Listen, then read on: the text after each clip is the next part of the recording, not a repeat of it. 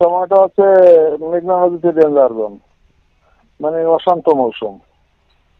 ওই যে mobile code করি, ওই যে অনেকবার মোবাইল কোড করলাম, জরিমানা করলাম, ব্যাপারে অনেক টাকা জরিমানা করছি, এগুলো একটা বিষয়। আর ওপার থেকে আসলে ওপার থেকে ওটা আসে, ওপারে আমরা পুলিশের সাথে এ বিষয়ে কথা বলছি। এমনকি বর্তমান এ বিষয়ে আমাদের কয়েকবার কোড করা হয়েছে, বুঝছেন, ট্রলার এবং অনেক টাকা জরিমানা করছি বেশ কিছুদিন আগে, 15-20 দিন আগে আমরা মোবাইল চেষ্টা তো করি, সর্বোচ্চ চেষ্টা করি মনে করেন তাদেরকে না করতে পারে। তারপর তাকে যদি চলে আমরা এ বিষয়ে আমরা ব্যবস্থা নেবো আর কি, বুঝছেন। আমাদের নজরদারি আছে। ওপর থেকে যদি ছেড়ে আসে ওইটা তো আর আমরা ঠেকাইতে পারি না। ওপর থেকে যদি ছেড়ে আসতে পারে, এই জন্য আমরা লক্ষ্মীপুরের নৌ পুলিশে আইসি, আমি এ বিষয়ে আমার কয়েকবারই কথা হচ্ছে তার সাথে, যাতে না আসতে পারে। মূলত এই সময় আমাদের যে কালবৈশাখীর সময়, এই সময় আমাদের নদীর অবস্থা খুবই খারাপ থাকে।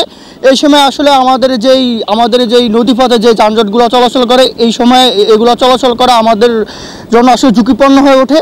তো আমাদের এই ঝুঁকিপূর্ণ যেন না হয়, সেই জন্য আমাদের ভোলার প্রশাসনের কাছে দাবি যে তারা যেন আমাদের লঞ্চ আরও বাড়ায়, যে এদিকে যাতে আমরা যাত্রীরা খুব সহজে চলাচল করতে পারি যে কোনো সময়।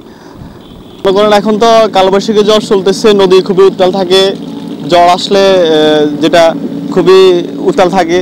তো আমরা যাত্রী পারাপার করি, এর মাঝে ছোট ছোট কিছু স্টিল বডি আছে, ওগুলা মোটর নিরাপদ না, ওগুলা খুবই ঝুঁকিপূর্ণ, যে কোনো সময় যাত্রীদের দুর্ঘটনা ঘটতে পারে। কিন্তু আমাদের যে লঞ্চগুলো, আমাদের যে সি সার্ভিস বোটগুলো, ওগুলা নিরাপদ, ওগুলা যাত্রী সার্ভিসের জন্য খুবই নিরাপদ, ওগুলা নদী পারাপারের জন্য নিরাপদ।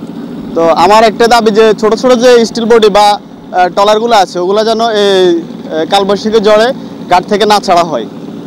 নৌযানগুলো তো এমনিই জনগণের জন্য ঝুঁকিপূর্ণ। তাছাড়া যদি সরকার যে আইন গ্রহণ করছে, এই আইন যদি আমরা জনগণ সবাই কঠোরভাবে মানি, তাহলে জনগণ নিরাপদ থাকতে পারে এবং মনে করেন আমাদের যাতায়াতের ব্যবস্থা সুবিধাজনক। তো এই ক্ষেত্রে সরকার যে মনে আইন করছে, এক্ষেত্রে সরকার যদি চাচ্ছে যে মনে করেন ভোলা ইলিশা ঘাটে আরও আমাদের মনে করেন বড় বৃহত্তর লঞ্চগুলো দেওয়ার ব্যবস্থা করে, তাহলে মনে করেন দেখা যাচ্ছে যে এই কালবৈশাখী ঝড়ে বা মনে করেন বৃষ্টি বাদলের জন্য জনগণ এবং যাত্রীরা নিরাপদে থাকবে এবং যাতায়াতে সুন্দরভাবে পৌঁছে দিতে পারবে।